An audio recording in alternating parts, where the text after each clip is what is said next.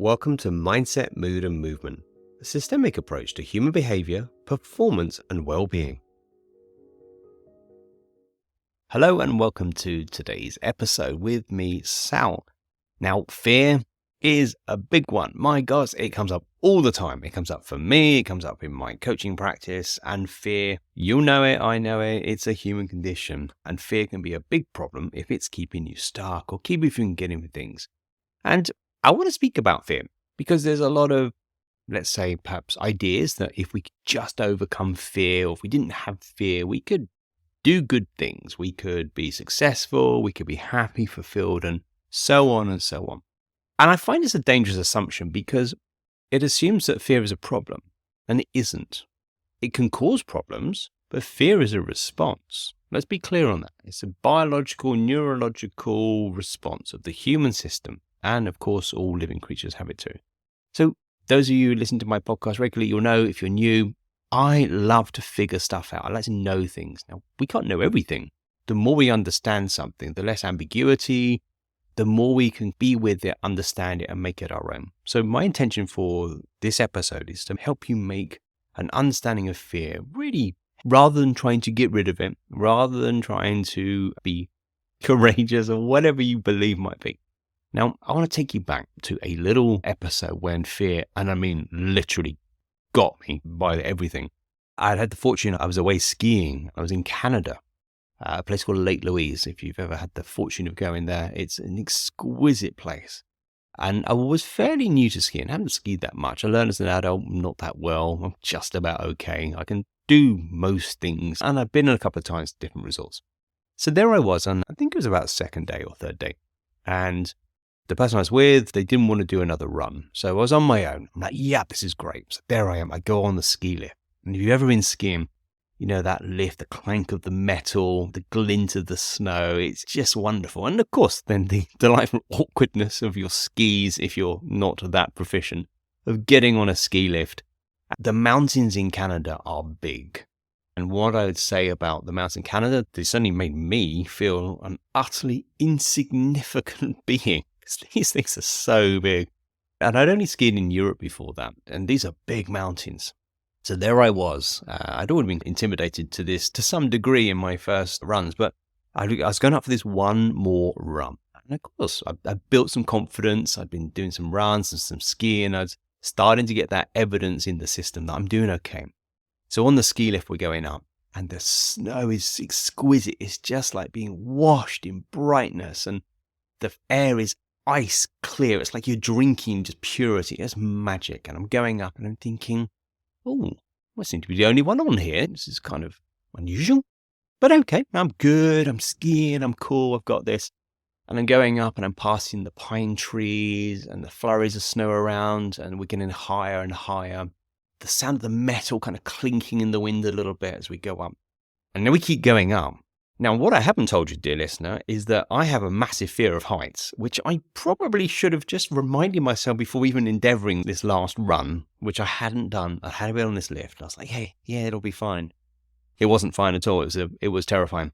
And I'm going up on this ski lift, and it starts to dawn on me just how things are going on. My peripheral vision is seeing the vastness, and it gets worse.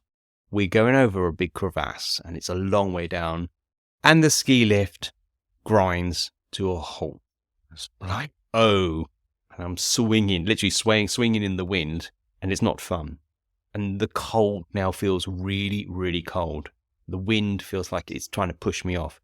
And within a few moments, my mind is going into, a free fall. What am I going to do? How am I going to get off it? I'm trapped. And those cascade of thoughts, I could feel my heart pulsing, and that was so cold as well. I felt like I was getting colder. There wasn't heat. It was like a coldness and colder and colder. And I could feel as my mouth was dry and the wind feels like it's picking up. And of course, it just feels like I'm there for such a long time. I'm looking down and I'm starting to panic. I'm starting to really, really panic about what am I going to do? Do I have to jump off this thing? I'll die. And I'm going on and on in my mind. And what I found was there were two particular things that changed everything in this, what was about to be a free fall, terrible situation. And if you've ever had vertigo, I don't know what it is about heights, but there's this weird thing like you just want to jump. I don't know what that's about. I'm not a specialist in it, but the thing like I'm just going to jump off this thing. I think it's probably to escape the feeling, but there I was like, okay, do this. So the first thing I did was I brought my focus rather than all of the information of what was a beautiful scene became this intimidation of doom. I brought my focus to my hands and my gloves. I was staring at my gloves. I was looking at my gloves. I brought my focus so small into something which is connected to me and that I could control. And I'm looking at my gloves and I'm gently moving my fingers. I'm looking at this tiny little space. I've made this visual bubble protection. So I've let the whole terrifying scene, or what appeared to be terrifying, just disappear out of my vision. And I got my vision on something I can control. And it's micro small. And it's mine. And then I started to control my breathing. I'm breathing in nice and slowly. I'm breathing out slowly. Juddering as I do this because I'm cold, but I'm breathing in, I'm breathing out. And I'm just going into this trance-like state. Focus on your gloves. Focus on the breath. Focus on your gloves. Focus on the breath. And I was on the edge of, an absolute panic attack of doom. It's just going to be horrible, but I managed to curtail it and bring it back. And then after a period of time, of course, something happened. I think whatever had happened with the ski lift, it clicked back into action and suddenly that jarring feeling and you're swaying and moving forward. And the sound of movement, the sound of clunking metal was just like an orchestra of saviors coming in as I'm going back up. And oh, thank God, I'm going to survive. It's amazing. And I got to the top of the ski lift. And I remember I unfolded my legs and they were really creaky and got my feet on the ground and just got back in my body. And I stopped at the top of that run and I knew I was smart enough to know don't go do anything until you like steady and then you can ski and try and relax and bring yourself down. That experience just showed me however cool you are with your breath work or your mental focus or psychology, whatever it is, something can come and get you. Fear can come up because if you feel you are at a tangible threat, fear can kick in. It's designed to save us. It's designed for that. But of course, most fears in our lives are smaller, less tangible. They're about looking a certain way. What would happen if something goes wrong? What if someone doesn't like us? Etc., etc. You know it. We all know this. And the thing around fear, if it is allowed to be what I call like an emotional wall or emotional ceiling, keeps you stuck. And of course, you just get away from it. It's a bit like sort of touching an electric fence. If you've ever done that, like, ow, why am I going to get away from that? And what we need to do with fear is to understand and respect its presence.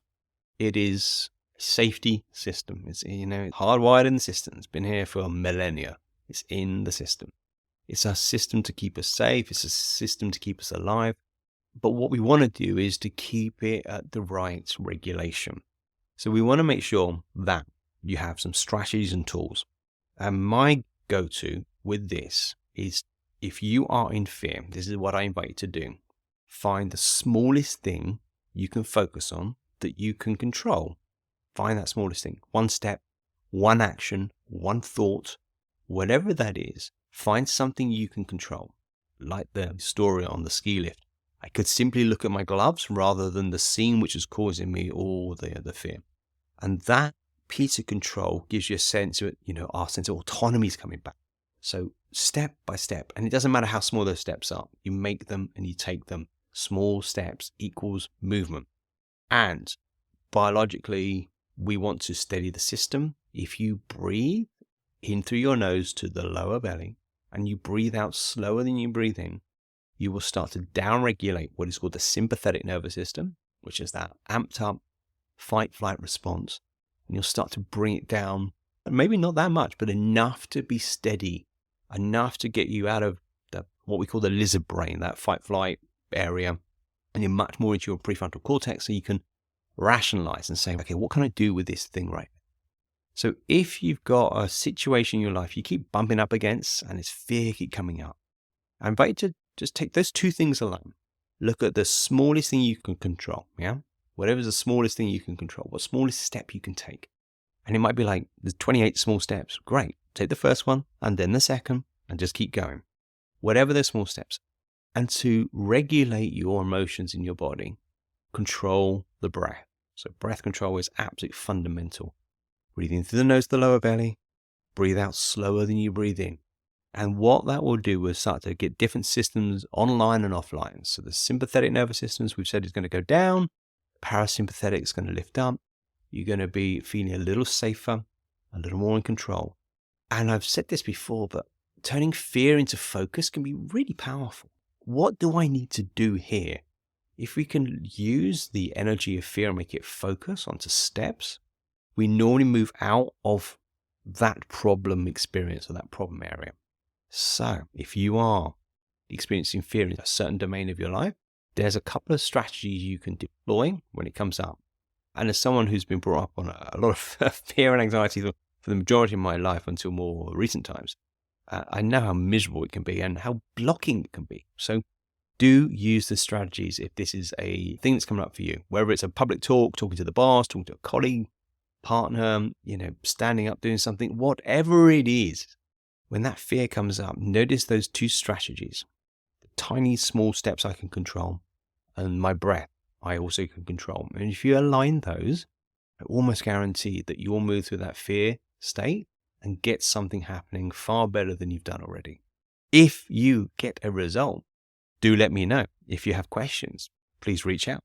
You can reach me on the socials where you may have picked up the episode details, and of course on the different platforms, and you can reach out to me on my pod page. And I hope you can turn your fear into focus. Till the next time, take care. Thank you so much for listening. If you enjoyed the episode, please subscribe. And if a friend would benefit from hearing this, do send it on to them as well. If you would like to get in touch yourself, then you can go to my website, which is saljeffreys.com, spelled SALJEFFERIES,